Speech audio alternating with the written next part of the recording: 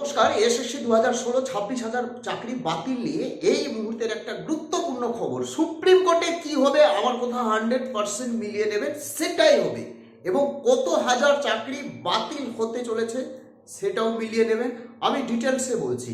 কিন্তু এসএসসি 2016 26,000 চাকরির মধ্যে ব্যাপক পরিমাণে দুর্নীতি হয়েছে, এই নিয়ে প্রথম যখন মামলা হয় কলকাতা হাইকোর্টে, একটা নির্দেশে রিটায়ার জাস্টিসদেরকে নিয়ে একটা রিটায়ার বাক কমিটি গঠন করা হয় যে এসএসসি 2016 থেকে কি পরিমাণে দুর্নীতি হয়েছে। সেই রিটায়ার বাক কমিটি উল্লেখ করে যে এসএসসি গ্রুপ সি এবং গ্রুপ ডি থেকে ব্যাপক পরিমাণে দুর্নীতি হয়েছে, চুরি হয়েছে, ইল্লিগাল হয়েছে। তৎকালীন রাজ্য সরকার মেনে নিয়েছিল এবং কলকাতা হাইকোর্টের ডিভিশন বেঞ্চ রায় দিয়েছে পুরো 26,000 চাকরি বাতিল। অর্থাৎ আপনারা যারা আন্দোলন করছেন এখনো কিন্তু আপনাদের চাকরি চলে গেছে, আপনাদের চাকরি কিন্তু চলে গেছে। যারা আন্দোলন করছেন সেটা অন্য বিষয়। এই মামলাটি সুপ্রিম কোর্টে আগামীকালকে উঠতে চলেছে। কিন্তু এসএসসি 2016 থেকে এসএসসি গ্রুপ সি হোক বা গ্রুপ ডি হোক বা নবম দশম শ্রেণী হোক বা একাদশ দ্বাদশ শ্রেণী হোক, টোটাল কত শিক্ষক কর্মী তথা অশিক্ষক কর্মীর চাকরি বাতিল হতে পারে আমার কথা একেবারে মিলে যাবে। কিন্তু তার আগে বলি, এই মামলার ফাইনাল নিষ্পত্তি আগামীকালকেও হচ্ছে না। এই মামলার ফাইনাল নিষ্পত্তি আগামীকালকেও হচ্ছে না, আবার এই মামলাটি পিছিয়ে যাচ্ছে। অর্থাৎ এই মামলার নিষ্পত্তি অন্তত আরও দুটো হিয়ারিং হতে পারে, যেটা সূত্র মারফত আমি জানতে পারলাম। অর্থাৎ কালকেও হচ্ছে না এই মামলার নিষ্পত্তি।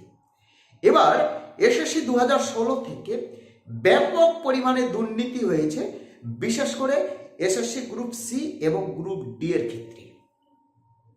এসএসসি গ্রুপ সি এবং গ্রুপ ডি এর ক্ষেত্রে মিনিমাম 4.5 থেকে 5,000, মিনিমাম বলছি আমি, 4.5 থেকে 5,000 চাকরি বাতিল হতে পারে এসএসসি গ্রুপ সি এবং গ্রুপ ডি থেকে।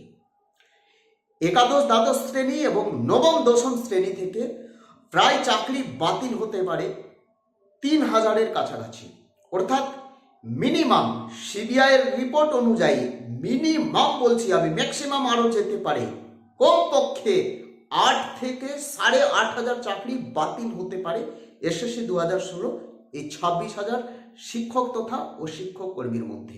আবার কথা মিলিয়ে নেবেন, কালকেও ফাইনাল নিষ্পত্তি হচ্ছে না, আরও অন্তত দুটো হিয়ারিং হবে। কেন দুটো হিয়ারিং হবে? দেখুন, সেগ্রিগেশনের পথে রাজ্য সরকার কিন্তু এখনো কোনো ধাপ এগোয়নি, একটিও ধাপ এগোয়নি যে কিভাবে পৃথক করা যাবে। একমাত্র রাজ্য সরকার দায়ভার দিতে চলেছে সিবিআইকে। অর্থাৎ যদি পুরো চাকরি বাতিল হয় তাহলে কিন্তু সিবিআইকে দোষারোপ করবে, বিকাশ রঞ্জন ভট্টাচার্যকে দোষারোপ করবে, ফিরদৌস শামীমকে দোষারোপ করবে বা আলী হোসেন আলমগীর স্যারকে দোষারোপ করবে। অর্থাৎ যারা বিরোধী আইনজীবী রয়েছে বা সিপিআইএম এর আইনজীবী রয়েছে বা বিজেপির আইনজীবী রয়েছে, তাদেরকে কিন্তু দোষারোপ করবে রাজ্য সরকার বা তৃণমূল সরকার। আমার কথা মিলিয়ে নেবেন যদি পুরো 26,000 চাকরি বাতিল হয়। কিন্তু সূত্র মারফত যেটা জানতে পারলাম যে 26,000 পুরো চাকরি বাতিল হবে না। অনেকে বলছে যে 26,000 চাকরি বাতিল হলে তাদের জীবন জীবিকা কি হবে, তাদের পরিবার কি হবে। আমি সেই প্রশ্নের প্রত্যুত্তরে বলছি, এই 26,000 দেখবেন না, 30 লাখ ছেলে মেয়ে দেখবেন যারা বঞ্চিত হয়ে আছে, যারা 1300 দিন ধরে এখনো শহীদ মিনারের পাদদেশে আন্দোলন করছে। অনেকে বলছে আমরা যোগ্য, আমরা র্যাঙ্কে ছিলাম। এটাও হতে পারে যে আপনাদের থেকে বেশি যোগ্য ছেলে মেয়ে শহীদ মিনারের পাদদেশে আন্দোলন করছে প্রায় 3 বছর ধরে। হতে পারে, মেবি, না হওয়ার কি আছে। রাজ্য সরকার তো ঠিকঠাকভাবে কাউন্সিলিং করছে না, ঠিকঠাকভাবে হিসাব করছে না, ঠিকঠাকভাবে র্যাঙ্ক তৈরি করতে পারেনি, কারণ প্রচুর হারে র্যাঙ্ক জ্যাম্প হয়েছে। আপনারা যারা নিজেকে বলছেন যে আমি যোগ্য, হতে পারে আপনার থেকে বেশি যোগ্য ছেলে এখনো চাকরি পায়নি এবং আন্দোলন করছে এবং নট কল ফর ভেরিফিকেশন এই নিয়ে সুপ্রিম কোর্টে মামলা করেছে। সেই জন্য প্রত্যেককে বলছি, আপনারা কেউ দুশ্চিন্তায় থাকবেন না, আমার কথা মিলিয়ে নেবেন। সুপ্রিম কোর্ট চাইছে সেগ্রিগেশন, অর্থাৎ পৃথক। যারা যোগ্য আছে তাদের চাকরি রাখতে চাইছে, যারা অযোগ্য আছে তাদের চাকরি বাতিল করতে চাইছে। এবং সুপ্রিম কোর্ট তাকিয়ে রয়েছে রাজ্য সরকারের ওপর, সুপ্রিম কোর্ট তাকিয়ে রয়েছে এসএসসির ওপর, সুপ্রিম কোর্ট তাকিয়ে রয়েছে সিবিআইয়ের রিপোর্টের ওপর। কিন্তু এখানে একটা ধোঁয়াশা রয়েছে। ধরুন সিবিআইয়ের রিপোর্ট অনুযায়ী সিবিআই বলছে যে না 26,000-এর মধ্যে প্রায় 10 থেকে 12,000 চাকরি বাতিল হবে। কিন্তু সেই রিপোর্ট যদি রাজ্য সরকার না মানে বা এসএসসি না মানে, রাজ্য সরকার বা এসএসসি যদি বলে কি না না অত চাকরি বাতিল হবে না, প্রায় 5 থেকে 6,000 চাকরি বাতিল হবে, এই নিয়ে যদি মতভেদ থাকে তাহলে কিন্তু পুরো চাকরি বাতিল করতে বাধ্য হবে চিফ জাস্টিস, সিজিআই অর্থাৎ chief justice of India, supreme court বাধ্য হয়ে যাবে। এই হচ্ছে আজকের আপডেট। এবং আমি এখনো বলছি, যেটুকু আমরা রিপোর্ট পাচ্ছি যে সুপ্রিম কোর্ট সেগ্রিগেশনের পথেই হাঁটছে এবং 26,000-এর মধ্যে প্রায় 8 থেকে 8,500 চাকরি বাতিল হতে পারে, যেটা সূত্র মারফত আমরা জানতে পারলাম। এবং আগামীকালকে যে সুপ্রিম কোর্টে 26,000 চাকরি বাতিল নিয়ে যে মামলাটি উঠবে, সেই মামলার নিষ্পত্তি হবে না, অন্তত আরও 2টো হিয়ারিং হতে পারে। অনেক রিট ফাইল এর এগেনস্টে আরও নতুন নতুন রিট ফাইল কিন্তু অ্যাড হয়েছে, অনেকে মামলা করেছে, পার্টি হয়ে অনেকে যুক্ত হয়েছে, অনেক বিষয় রয়েছে, আমি ডিটেলসে যাচ্ছি না।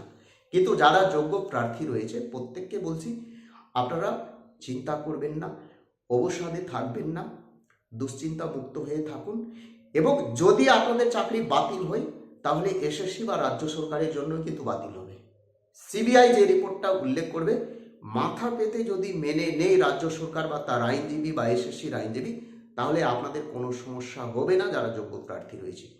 যদি এই নিয়ে মতভেদ থাকে, যদি কিচিরমিচির করে সুপ্রিম কোর্টে, তাহলে কিন্তু হয়তো পুরো চাকরি বাতিল হতে পারে, যেটা আমরা সূত্র মারফত জানতে পারছি। এবং আমরা এখনও চাইছি যে যারা যোগ্য প্রার্থী তাদের চাকরি যাতে বাতিল না করে সুপ্রিম কোর্ট।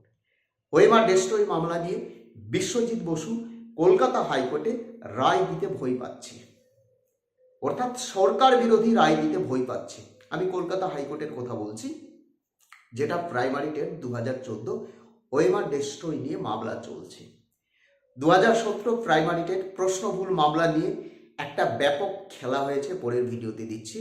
এবং বাংলাদেশ নিয়ে এবং ডোনাল্ড ট্রাম্প বাংলাদেশ নিয়ে কি পদক্ষেপ নিয়েছে আমি সেই বিষয়টা পরের ভিডিওতে দিচ্ছি।